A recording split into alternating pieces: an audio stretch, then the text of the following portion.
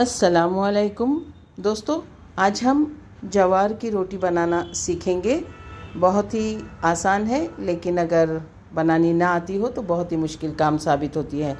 सबसे पहले जवार आपने अच्छी वाली सेलेक्ट करना है और बिगिनर्स जो नए रोटी बनाना सीख रहे हैं उन्होंने 1 किलो जवार में कम से कम 1.5 गिलास चावल, जो हम इडली वगैरह के लिए हल्का चावल इस्तेमाल करते हैं, डालकर पिसवा लेना चाहिए। उनकी रोटी फिर टूटेगी नहीं। अब आटे को उतना ही लीजिए जितनी आप रोटी बनाना चाहते हैं। तमाम आटे को नहीं गूंदना है। अगर आप 4 रोटियां बनाना चाहती हैं तो 4 छोटी सी प्यालियां लेकर आटा बर्तन में या फिर किचन के उस स्लैब पर जहां पर आप रोटी बनाना पसंद करते हो वहां पर रखकर खूब अच्छी तरह से बग़ैर नमक के इसे मालिश करके गूंदना है। और जब आपको लगे कि इसकी लोई मुलायम सी हो गई है, आटा गूंद चुका है, तो एक एक पेड़ा बनाकर इसकी रोटी बनानी है।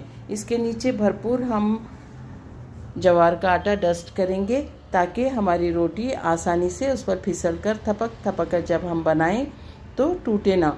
अगर ये टूट भी जाती है पूरी बनने के बाद तो आप इसे गूंदे हुए आटे में से थोड़ा सा हिस्सा लेकर इसे पेवन की तरह या थोड़ा सा इसे आटे में चिपका कर इसे मुकम्मल कर ले सकते हैं। रोटी दोनों हाथों से थपक कर बनानी है।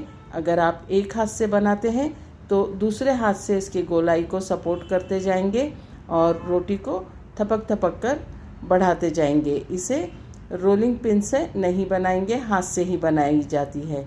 और तवा हम लोहे का इस्तेमाल करेंगे।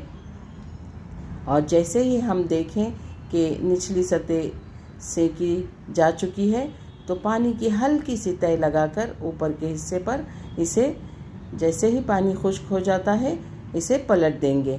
दूसरी रोटी भी हम इसी तरह से बनाएंगे। हमारी जो लुई है उसमें से एक हिस्सा लेकर एक हाथ से पेड़े को बढ़ाते जाएंगे थपक कर और दूसरे हाथ से उसको सपोर्ट करते रहेंगे ताकि इसकी गोलाई ख़राब ना हो और रोटी बग़ैर रुके आगे बढ़ती रहे। जैसे ही दरमियानी साइज़ में आ जाए दोनों हाथ से हम इसे थपक कर बनाने की कोशिश करेंगे। अब रोटी को हम पलट देंगे और तवे पर सेकने की कोशिश करेंगे। अगर आप चाहें तो इसे इस स्टेज पर तवा हटाकर आग पर भी डायरेक्ट सेक सकते हैं। बहुत ही लजीज और जायकेदार मुलायम रोटी बनती है और जायका भी इसका बहुत बेहतरीन लगता है। हेल्दी है, बहुत ही सेहतमंद और सेहत के लिए बेहतरीन रोटी है ये। हमें इसे अपने ग़िज़ा का हिस्सा ज़रूर बनाना चाहिए। अगर आपको मेरी ये रेसिपी पसंद आती है तो लाइक ज़रूर कीजिए, इसे सब्सक्राइब ज़रूर कीजिए, शेयर कीजिए, कमेंट्स ज़रूर दीजिए।